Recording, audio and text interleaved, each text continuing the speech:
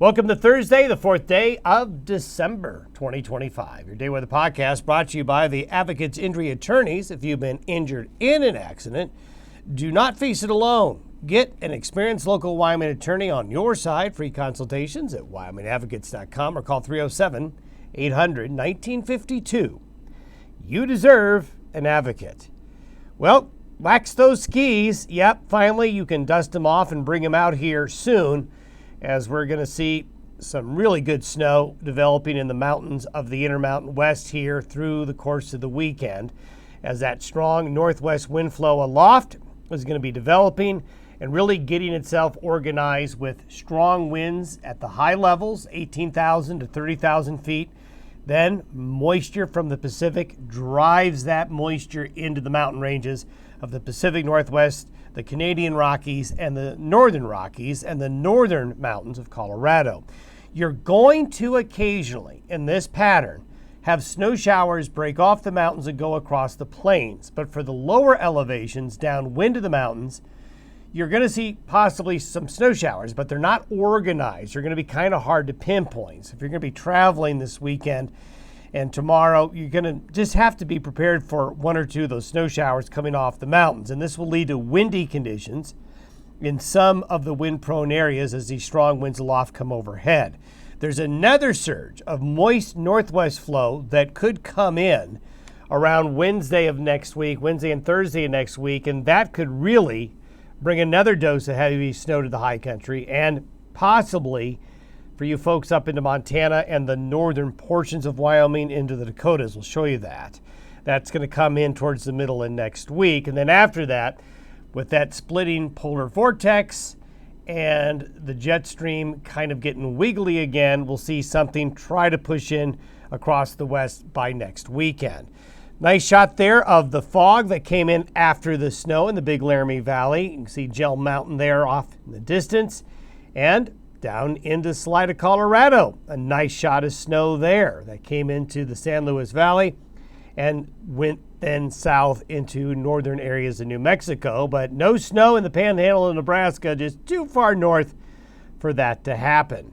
Nice shot there of the ice on the lakes and the ponds now, and snow in the Colorado Springs area. Then a beautiful shot of Casper Mountain and the low-hanging clouds over it. Satellite photos this morning show a lot of low stratus clouds and some areas of fog on the backside of the Pacific system there. Then you can see sort of this arch of heavier cloudiness coming across the Gulf of Alaska into western Canada. So here's what's going to be making our weather in the next 3 or 4 days here. We'll start off with the trough that came through yesterday kind of getting absorbed into the main flow. The tilting now of the polar vortex starting to happen up into Canada, and then the wave train of these little lows coming over the water, then into the Intermountain West. So this really gets started today. You're going to see snow picking up in western Wyoming, eastern Idaho's valleys later today and tonight, and then into southwestern Montana.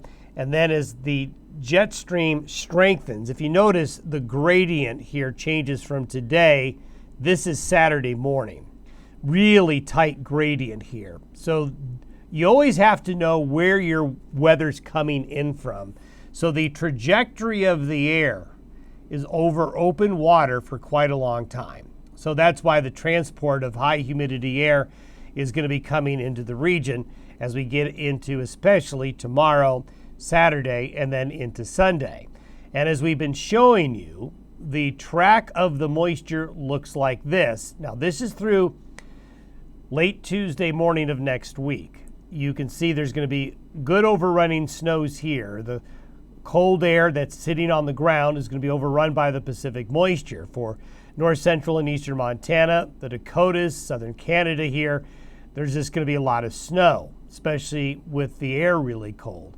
Then you can see the major mountain ranges are going to get into the act with these waves of moisture coming on in from the Pacific Northwest.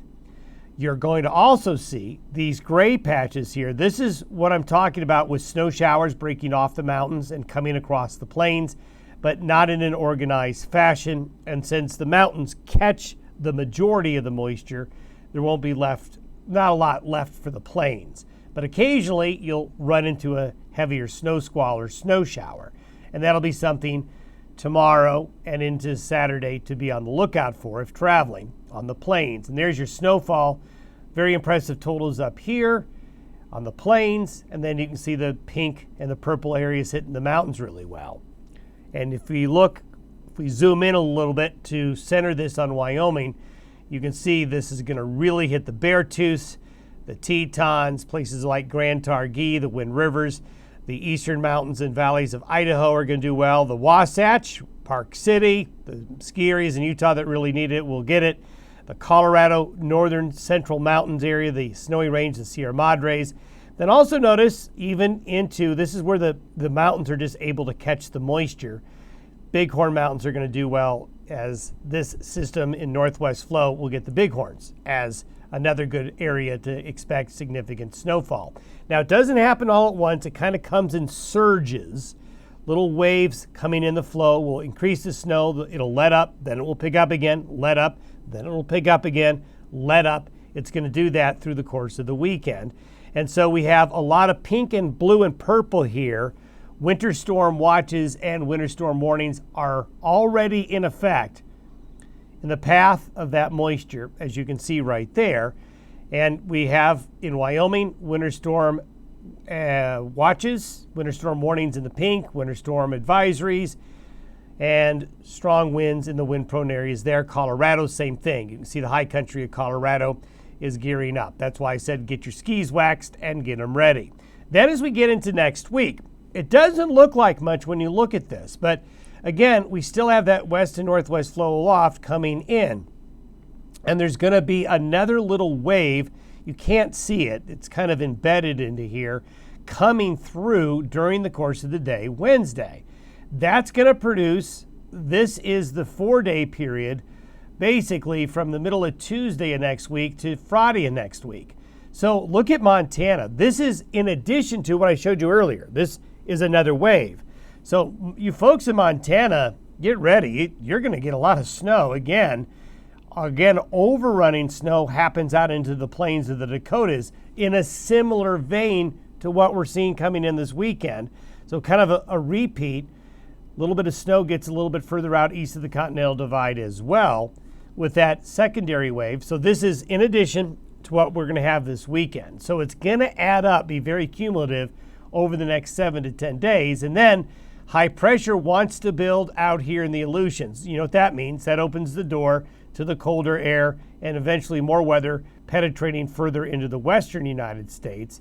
With the split polar vortex now, actually we could maybe even argue it's broken up into 3 pieces here, which is going to make for a very busy weather pattern as we get into this weekend and then the following week. So plenty to keep track of, not only in the days ahead, but in the weeks ahead with an active December weather pattern. Don't forget our regional travel forecast. That's going to become more and more important here over the next 4 days and into next week. Have yourself a good Thursday. We'll see you tomorrow.